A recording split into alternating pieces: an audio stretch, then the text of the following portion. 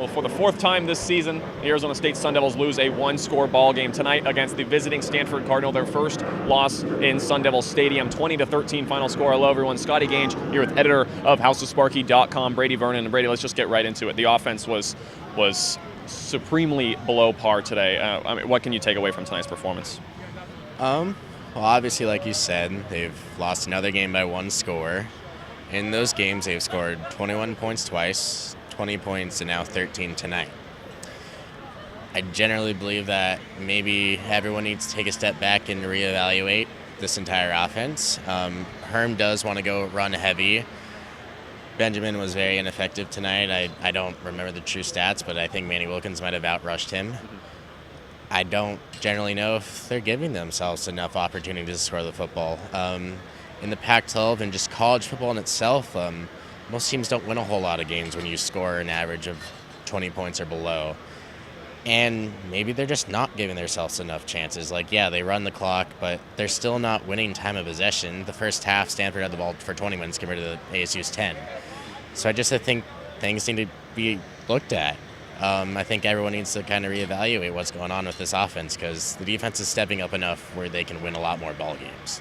You know, Benjamin, under 20 rush yards in the first half, and from a guy that has the all-time record in single-game rush yards, about 18 rush yards in just one half is not a good look for the Arizona State Sun Devils. But let's switch it from to Manny. After the game in the post-game press conference, visibly sad, tears through his eyes, and actually it looked like he might have ended it early. What can you take away from Manny's performance tonight?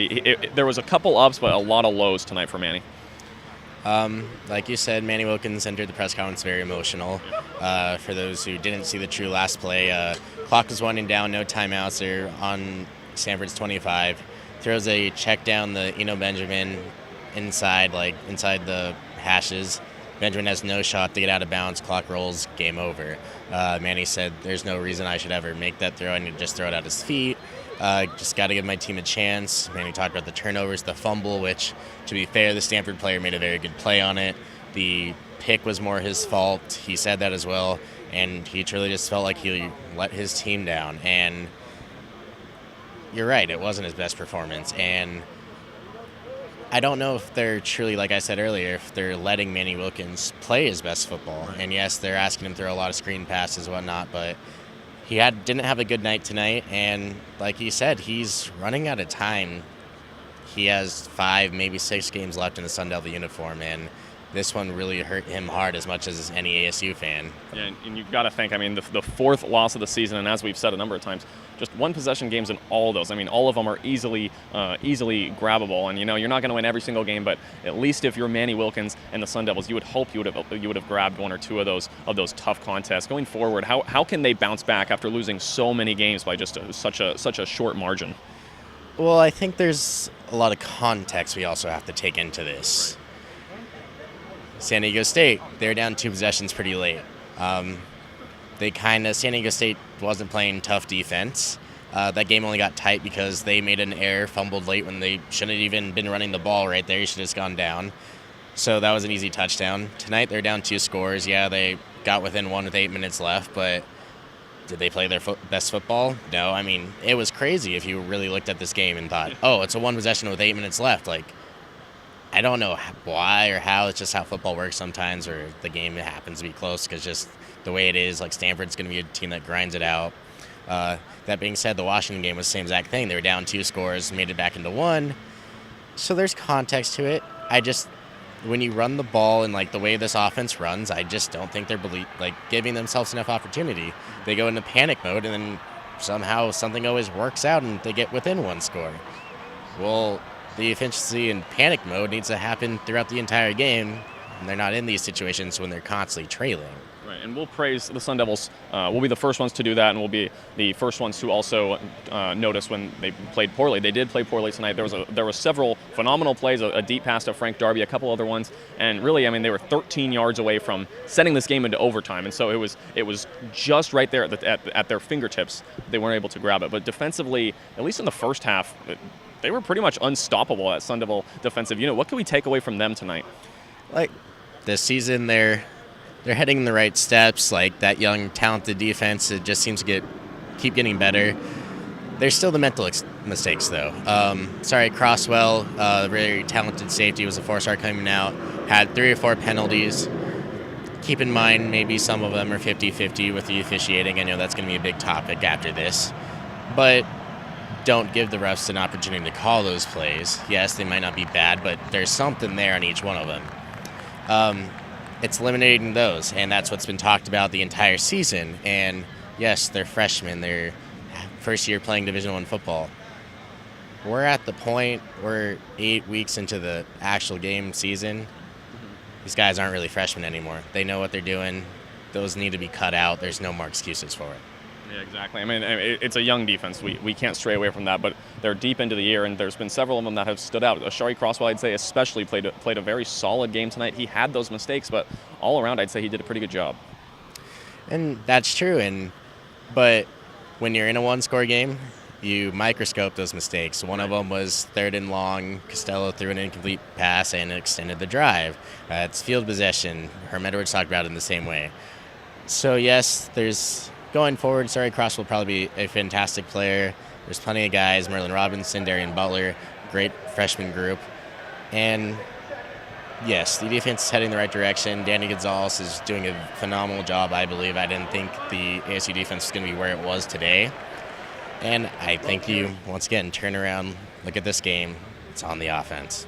Yeah, I mean, it really is, and we're going to kind of get away from the play of the Sun Devils. I want to point out, Thursday night game, it's the first time we've done that since the opening game of last season, and that was, all the hype of game one of the 2017 season then. It felt awkward tonight at Sun Devil Stadium. There was not many people. I mean, everybody was in either school, work, or whatsoever. It just felt different in the stadium tonight. Do you agree? Yeah, very much so. The 6 o'clock start was a little bit dreadful. The Cardinals were playing a home game as well tonight. I don't know why there was no communication. Storm. I'm just glad I live in Tempe and didn't have to deal with traffic. But, yeah, it was just odd. Like, the student section was there for most of it, which props to them.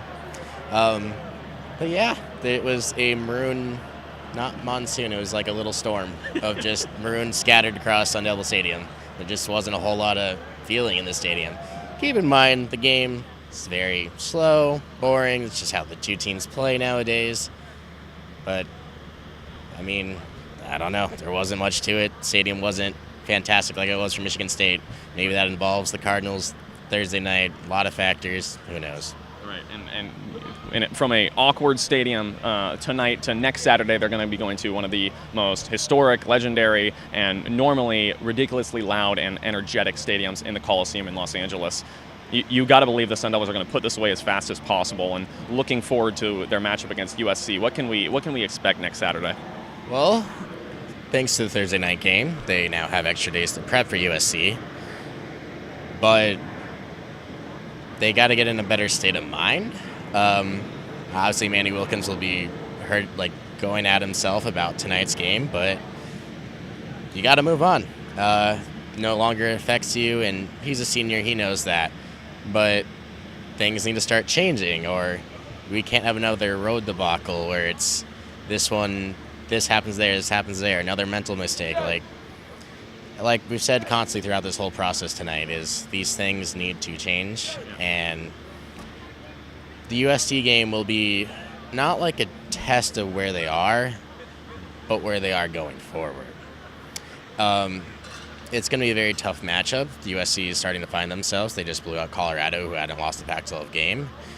And anytime you're at the Coliseum, it is a tough time. And we're going to see how they rebound from this with extra days and how they come out with that SC game. Maybe they don't win it. It's a tough time, but you need to see improvements through the offense. You need to see them constantly stabilizing drives. Don't have the turnovers. And then on defense, you got to try to get those mental mistakes out of the way. Yeah, ASU 5 games left in the regular season. USC, Utah, UCLA, Oregon, and Arizona. I mean, you got to think if they can run the table, then they're going to set themselves up for a good bowl game. But right now, they are on their heels, and they've really got to step up in these last 5 games. It's almost, at least seems to me, that it's, I mean, for lack of a better term, win or go home. Yeah, and a lot of these teams are probably at the same range as ASU, caliber-wise. UTSA, Oregon State, they're clearly better than. They showed that. Michigan State just got back in the top 25. Stanford will be in the top 25 after this week because they came in at 26. Could ASU be there? Probably. If one or two of these games go the other way, being one score. Same thing, Colorado is like right on the bleak. It's seeing where you are with those caliber teams. You won't see that with UCLA. UCLA is just not very good. Oregon, probably a lot better then, but maybe USC, Arizona, Utah. That's where you're going to see, can they beat teams of their caliber or better? And once again, reverting all of it, got to fix everything that we described earlier. Sun Devils will have about 10 days until they go to the Coliseum, and really for Arizona State, it's the only thing we can say is time will tell what this season turns out to be, and really it's the players and the coaches and the entire staff of the ASU football team that can turn this season around, and they still have a chance. They're running out of time, of course, but they still have a chance, and we really are going to have to see that starting next Saturday and the weekends after that. But next Saturday, ASU heading to Los Angeles to play USC at the Coliseum. For one more time, he's Brady Vernon. I'm Scotty Gange. House of Sparky will be in Los Angeles next Saturday, and we'll see you there.